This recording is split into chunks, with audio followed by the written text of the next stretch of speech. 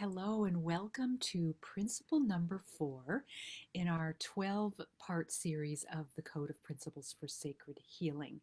And today's principle is so juicy. And just as a recap, principle number 1 is that the prime directive of the universe is a return to love. Principle number 2 is you are not separated from the love that permeates the entire universe. You are an extension of this love. It's like nature. We are an extension of nature. It's actually how Chinese medicine was understood, is by watching nature and noticing that everything that happens in nature also happens in a human body. So we're a microcosm of this macrocosm. And principle number 3 is that all of life happens and is reflected in the field of the mind. Each of these classes, the replays of them are on this page if you want to go back and listen. So before we jump into today's juicy principle, if we've not yet met, I'm Laurie Morse, a 30-year practitioner of Chinese medicine and the director of the Sacred Health Academy, where we teach women who want to get her health back, has tried everything, and knows she has to include her sacred self, but doesn't really know how, or at least to bridge that gap. All without overwhelm. It's an online educational journey taken at your own pace. We all want to live with a calm mind and an energetic, vital, healthy body and peace in our hearts. Like, I don't know anyone who doesn't want that. So, kind of a fun thing that's going on right now is that I am just about ready to release my second book. The working title is A Return to Love, Your Ultimate Healer. If you would like to be an early reader of that book, let me know. Just put in the comments, book please, and I will get that to you. And it's short, it's not terribly long, but it's packed with juicy ways of going about these very things that we're talking about in these code of principles for sacred healing. We can no longer leave these principles out of the equation, right? So it's also how I have taught myself and others over the years, like when I stay centered in that sacred part of me, and that, like our heart is our sacred altar. That's like a portal into this realm of understanding and this connection into more than we realize that we are a part of. And it's okay if you don't know how to do that or access that. Just reach out for the tools and the materials. Comment book please, and I'll get you a very good tool for this. What was I wanting to finish saying about that is that, yeah, is that I know what I was saying is that I make all of my decisions from this sacred centered place, so that if I need to make a choice outside for anything medically or nutritionally supportive, or in regards to relationships, or anything regarding work, everything that I make decisions on, I try to do from that sacred center, because I know that the part of me that I'm connected to that's has a broader perspective, that can see the moving parts in ways that my smaller mind can't. The decisions are good, and they're right, and they're supportive, and they're nourishing. So that leads us into our sacred principle number 4, is that the nature of the universe is to support, protect, nourish, provide for, and to renew you. It's true of all of us, and the caveat is that we are connected to this energy. It doesn't matter what you call the source of life that is beating your heart and pumping your blood right now. We've gone through this in previous classes. You can call it spirit, you can call it life force, you can call it source, you can call it nature, you can call it love, you can call it divinity, you can call it your higher self, you can call it your higher presence. It doesn't matter what you call it, but it does matter that you call on it, and that you create an ongoing and you cultivate a relationship and a connection with this part of your anatomy, because it's actually more, takes up more of your anatomy than your physical self does. So the reason it's important to call it and to find an address for it that is resonant for you, is because you want this energy to feel like it's personal and universal at the same time. So that when you have personal intentions and decrees about your mind, body, and life, you are addressing not only your higher self as the extent, the individual extension of, that is you, but you're also addressing the universe. And when we do it from that perspective, there's a cohesion, there's an alignment, there's a it's called the unified field, right? But we're part of that unified field. You strengthen your weave as part of this, as being a part of this field. It's a tapestry. I like to see it like that. And every thread is a unique expression, meaning you're a unique expression. I'm a unique expression. So we strengthen that weave with very specific principles and laws of life, right? So we're just kind of touching on a couple of them in this 12-part code of principles for sacred healing. So it's important to remind yourself that you are always supported, always nourished when you're connected, right? When you're disconnected and you hear these things I'm saying, you're like, yeah, no, that's not my experience. And that's a reasonable thing to think from the disconnected place. But what I'm talking about is elevating yourself into more constant and regular connection so that when you either speak these words to yourself or you hear another person speaking them, in this case, me right now, they they find a resonance in your heart that you can start living into, right? Like that's my invitation to you. That's my come hither, if you will, is to consider this is how my experience is exactly what I share with you. I don't ever tell anyone something that I haven't experienced and then haven't like tested out on many other people. so so this isn't like this isn't just like a hope. It is an actual uh, experience that you can actually live yourself into. So let's get back to the principle. In this principle, you are always supported when connected. You are always supported and nourished and safe and protected and provided for in this divinity, in this sacred connection, in this um, connection is really the best word, connection from who you know yourself to be and your higher presence. Like that unification, that communion, that union allows for you to be supported, nourished, safe, and protected. I remember one time, it was probably 20 years ago, I was waiting for this boyfriend I had. He was like notoriously late for everything. He was supposed to come over to my house, and he was like over an hour late, and I was so annoyed, and I was getting myself all worked up, and there was a knock on the door, and I thought, oh, cool, that must be him. And so I go to the door, and there's no one there, and I thought, what, is he playing like a joke on me? Is he being playful because he knows he's late? And I mean, he was funny, so there was that. So part of his annoyances were a lot of the time softened by his humor. Anyway, I thought, okay, nothing. So I closed the door and I walked back through this dining area that's really, you have to kind of find your way in and know how to get into the to the outside part, because the dining area has these like glass doors. They're French doors with wood panel things. And I look out, and there's this person, this man that I've never seen before, laying on the deck, kind of like this, giving me this very strange look. And I freaked out. I felt terribly unsafe. I ran for the phone and called the police. The police came. Those were the days where they weren't, they could come for these kinds of things.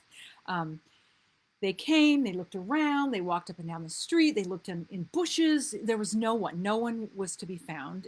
The guy I was waiting for still hasn't shown up. And I walked back in the house, and I was really unsettled and scared. And I thought, oh my God, what if this happens again? And I just took a deep breath. This is the point of the story. And I took a deep breath, and I put my hand on my heart, and I just said, what was that about? And oftentimes when I ask things like that of my heart or my higher wisdom, the something drops in fairly quickly, and it's not a loud response, but what dropped in is, you must teach yourself that you are always safe and protected in your divinity. That's why I know I can say this to you. And I was like, what? Like that. I didn't really at the time understand what it meant, but I held on to it, and I, I lived myself into it, and I practiced it, and I asked to be shown to feel it, and uh, to connect into it, and to trust it. And so I'm passing that along to you because there is something to be said for this connection to our higher presence, and the light force that kind of descends in through and around us when we are in that connection. And the energy that descends and surrounds us is protective, and it is safe. And I, I mean, I have all kinds of stories about how there were weird circumstances that, honestly, there should have been more involved that wouldn't have been in my favor, but it didn't play out that way, and it was because I was connecting myself and calling forth this protective light force, right? Anyway, okay, so let's move on here. So the vibration, so there's always a sum total of vibratory emission that we are emitting. It's a vibration that we're emitting, and it's the total is calculated, if you will. It's I don't know if that's how it's done in the non-physical realm, but it's the vibration of your system, and it includes your thoughts at any one given time, right? The combination of your thoughts, feelings, beliefs, words, the words you're speaking, your visions, the things you're seeing, your actions, and your environment. All of that adds up to a vibration. So, what you see in your environment, if it's cluttered, if it's dirty, if it's overwhelming, then it's going to affect how you think, how you feel, and so you can't be separate from your environment. Your visions. If you're worrying and if you're seeing something in your mind's eye, that's a vision, and that doesn't give a clean vibration to your sum total, if you will. So our work as human beings is to get in integrity with the way we think, the way we feel, the words we speak, the beliefs we hold. We can exchange all of this. It's like going to Nordstrom's. You can wear something for a month and take it back. We can go to Nordstrom's and say, you know what, I don't want this belief anymore. I'm gonna, can I have my money back, please? Or you can ask for, an exchange of a belief that is much more supportive and serving, right, for your overall system. So, the never so the vibration that we hold at any one given moment is an exact match. There's an exact match from the universal fabric, if you will. It can't be any other way. That's kind of a law of life, a law of energy, actually, if you will. So if we want to have an exchange with life that is more supportive, more nourishing, more protective, more enlivening, if you will, then we have to change our thoughts, words, feelings, beliefs, actions, environment. And you don't have to do it all by tonight.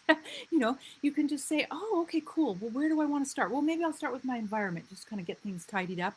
And then I'll go and I'll observe how I'm thinking about everything.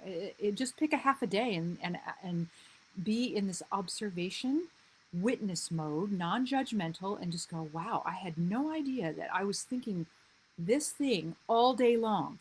And then make a decision to shift that in a way that is more serving. Even if you're not sure what it means, like how to do that, you can say hand to heart, right? Like sacred portal. This is where we alter. This is an altar, altar, like an altar that we would have, that we would be creating a ritual around, right? But we also go to our heart to alter, alter, energy, right? So this is the altar of alchemy, if you will. So you can say, hand to heart, I am noticing I have this particular thought. It doesn't feel good when I think it. I am willing to see this from a different perspective. Can you show me? And it is amazing. I've never been left in the cold when I've asked my heart questions like this, because our heart is the connection point to our higher presence. I don't know if you know that, but that's why it's considered to be so sacred, right? Is because it is the connection point to our higher presence. Okay, so there's so many things I could say on all this. I read the book actually. Put in the comments book please, because some of this stuff that I'm talking about, I go into more detail, and also what you can do and how to do it, so that you can start building this and cultivating this in your own mind, body, and life. So, another way of talking about vibration is that it's a total of substance. So, substance is considered to be the energy that is in the non physical just before it's formed and becomes form, or a physical substance. That it's a density, it's a taking of a non-physical energy or substance, and by our intentions and visions and thoughts and words and feelings and beliefs, right? And our connection and our dance with the unified field, the universe itself, um, that causes the substance or the unseen energy of the universe, that of which there is unlimited amounts, right? Like there's way more non-seen energy than there is energy that we see, physical things that we can see with our eye. That's just the density of the energy coming into form as a cup or as a pair of glasses, right? So, and that's true of everything we see with our eyes. So the vibration of the substance, and our vibration calls the same exact vibration from the substance. So when we want something important to us, and we make a decision to change our energy from being fearful or doubtful in calling that thing in, because it is important to us, and we change our energy to loving the energy into form, it's the difference between night and day. It's the difference between it being stuck and being having and flowing into our life. And then of course we have to allow it, and we allow it and we accept it by staying in a vibrational energy that matches the thing we want. Now this tripped me up for years, I have to tell you, and maybe I should do a whole other class on this. Let me know if that's interesting to you, because the idea of holding an energy for something I want but don't have, and so don't know the feeling of it yet because I don't have it, has tripped me up for years. And it took me a long time to unpack what that means. And I'm happy to share that with you, but it can't be in today's live, because today's live is about this very specific code of principle that if you just want to, sort of leave, if the substance part is kind of blowing your fuses a little bit, that's okay. Just walk forward with the regular gift that you would give yourself, that you would just walk around and say, wow, the universe is here to support me and to nourish me. I mean, just the fact that you have your feet planted on the floor or the ground, you may not know this is happening, and that you're actually connected, magnetically connected. Ideally, if you're on the actual earth, without shoes that block this, you're actually magnetically connected to Mother Earth's field. And that alone is nourishment. It's a form of nourishment that we can't get in any other way, even through the foods we eat or the breath we breathe. It's a different essence of nourishment, right? So you can actually engage in the active participation of drawing energy up from the core of the earth, up through the bottoms of your feet, and letting it fill your body, your heart, your mind, your field with a nourishment that is unlike any other nourishment you could have. That's the universe providing nourishment for you, right?